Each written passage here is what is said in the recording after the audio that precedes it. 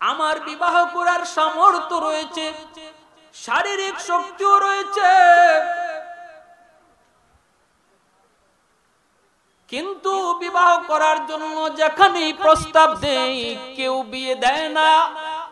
সমস্যা একটাই, আমার চেহারা ভালো না, আমার সহায় সম্পদ নাই।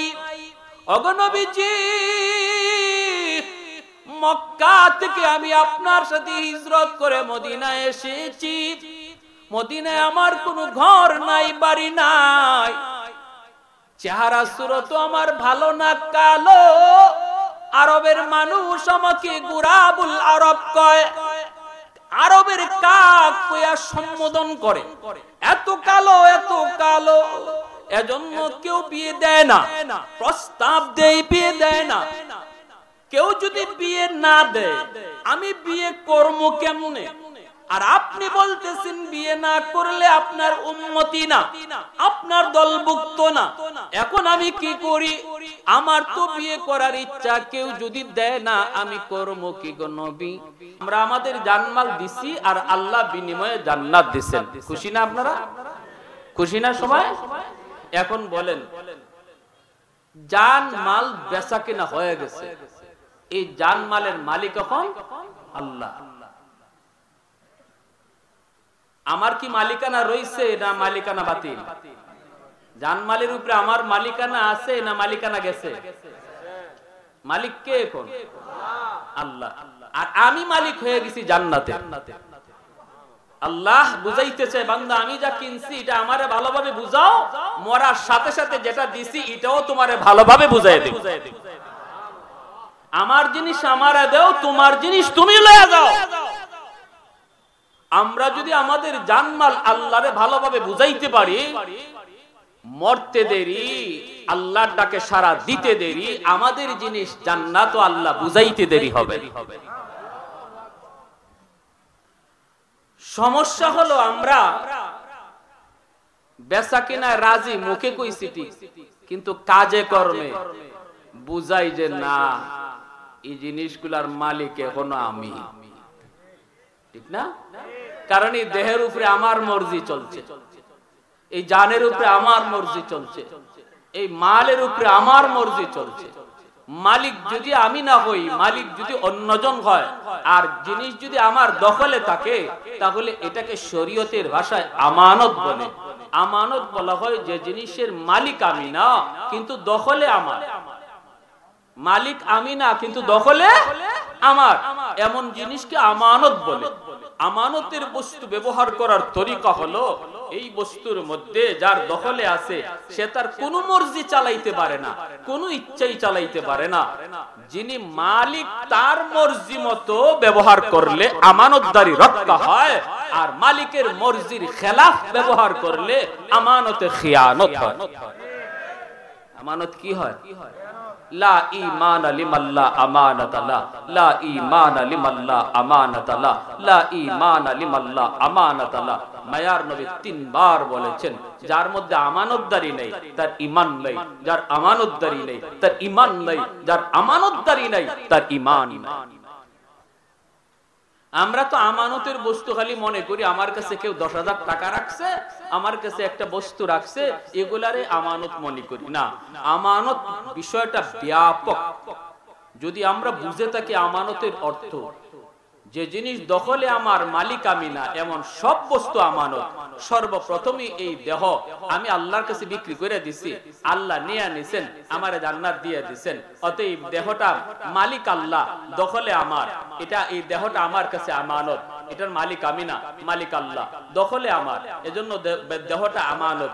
এই দেহের উপরে এখন ব্যবহার কিভাবে চলবে? যদি আমি আমানতের বস্তু ব্যবহার করার তরিকা শিখে থাকি, তাহলে এর সহি তরিকা হলো এই দেহের উপরে, এই হাতের উপরে, এই চোখের উপরে, এই দিমাগের উপরে, এই কানের উপরে আমার কোন মর্জি চলবে না। যিনি মালিক তার মর্জি মতো চোখ ব্যবহার করতে হবে, তার মর্জি মতো কান ব্যবহার করতে হবে, তার মর্জি মতো পা চালাইতে হবে, তার মর্জি মতো হাত ব্যবহার করতে হবে, তাহলে আমানতদারি রক্ষা হবে। ঠিক কিনা ভাই? আমার ভাইয়েরা, বন্ধু, এখন একটা প্রশ্ন করবেন আপনারা, প্রশ্ন হলো হুজুর, আল্লাহ এই দেহটা দিলেন, আল্লাহ বানাইলেন, আল্লাহ আবার কিনার দরকার কি? প্রশ্ন জাগেনি না জাগেনি? হ্যাঁ, আমার আপনারে বানাইছেন কে? আল্লাহ। যিনি বানাইলেন ইনি আবার কিনেন কেন?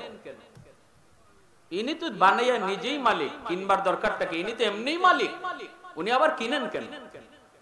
হাকিমুল উম্মত মুজাদ্দিদ মিল্লাত মাওলানা আশরাফ আলী থানভী রাহমাতুল্লাহি আলাইহি তার কিতাবের একটা সুন্দর জবাব দিয়েছেন, একটা এক্সাম্পল, একটা উদাহরণ দিয়া। মনোযোগ আছে সবার? কার কার আছে একটু হাত উঠিয়ে দেখেন। আল্লাহ তুমি কবুল কর, বলি আমিন।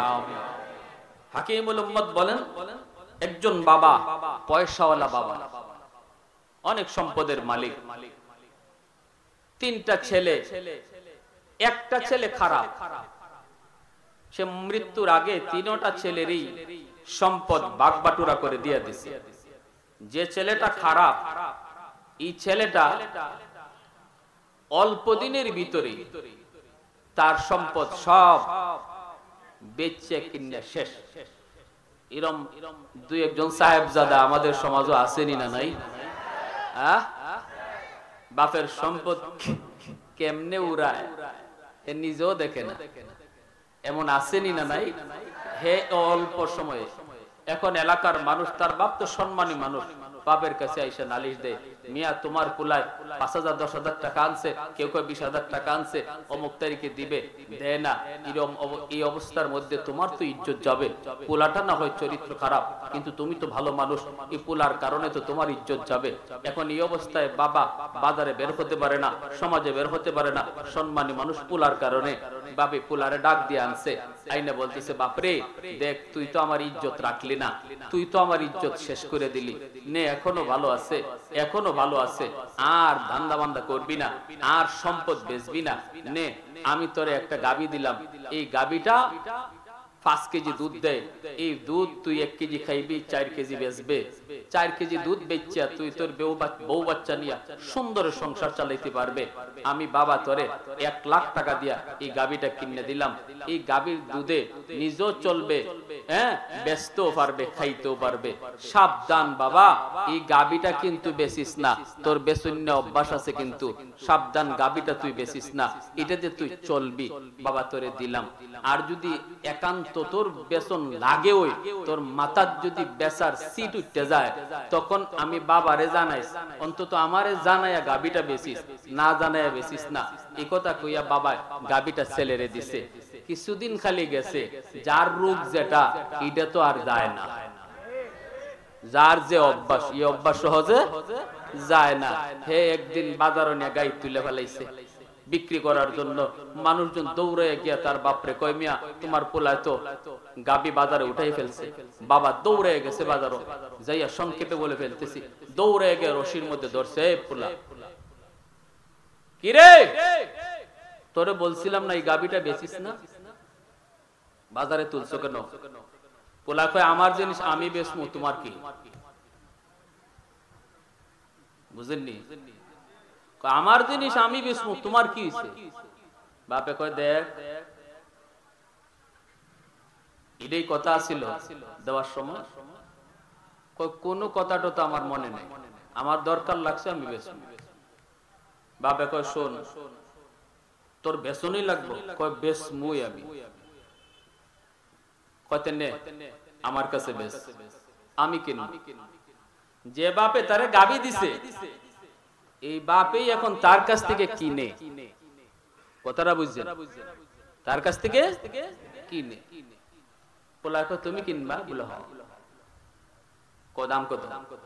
মানুষের দাম কইছে 50,000, হে বাপের কাছে দাম চাই 80,000।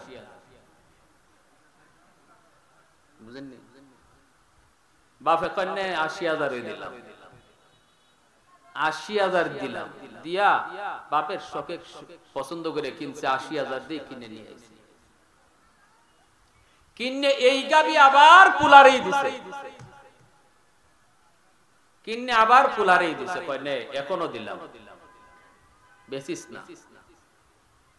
আল্লাহ রাব্বুল আলামিন আমাদের জান মাল তিনি দিছেন, দিয়া বলছেন, বান্দা এমনে এমনে চলো, এমনে এমনে চালো, এমনে এমনে চালাও, দেহটারে চালাও, চোখটারে চালাও, কানটারে চালাও, আমার মর্জি মতো চালাও, আমার পথে চালাও।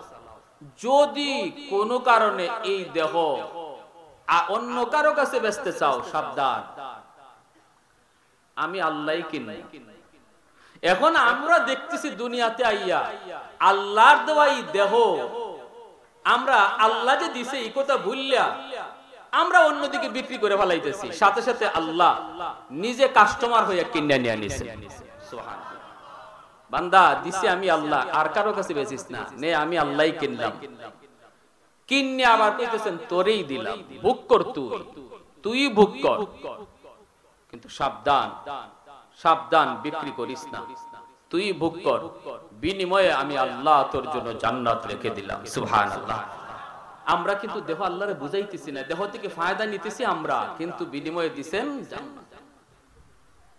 ইন্নাল্লাহা আশতারা মিনাল মুমিনিনা আনফুসাহুম ওয়া আমওয়ালাহুম বিআন্না লাহুমুল জান্নাহ। সাহাবায়ে কেরাম রাদিয়াল্লাহু তাআলা আনহুম এই আয়াতের মর্মটা তারা ভালো করে বুঝতে পেরেছেন। এজন্যই নিজের জীবনের জান মাল সর্ব অবস্থায় তারা আল্লাহর মর্জির মুয়াফিক তারা চলছেন। হাঁটতে গেলেও তারা চিন্তা করেছেন এই হাঁটার মধ্যে আমার আল্লাহ রাজি না নারাজ। বলতে গেলেও সাহাবীরা চিন্তা করেন আমার এই কথা বলার মধ্যে আল্লাহ রাজি না নারাজ, আমার এই দেখার মধ্যে আল্লাহ রাজি না নারাজ। সাহাবায়ে কেরাম রাত না দিন না, দাঁড়ানো না বসা না, ঝগড়া নাই বিবাদ নাই, দাঁড়াবো নাকি বসবো,